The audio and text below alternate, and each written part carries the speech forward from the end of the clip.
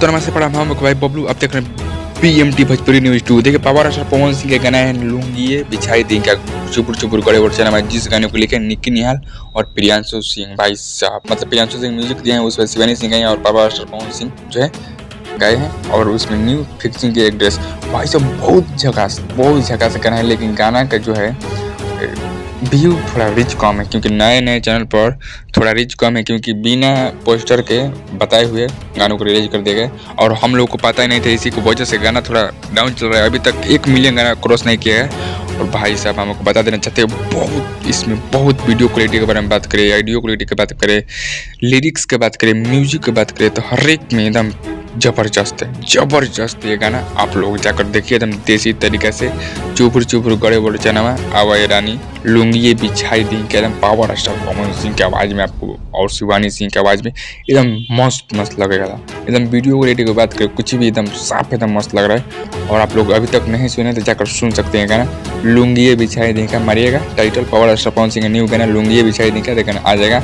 और मेरे चैनल पर नया तो नया चैनल को लाइक सब्सक्राइब करिए, बेल आइकन दबाकर नोटिफिकेशन के। चलिए मिल जाएगा कुछ अपडेट लेकर।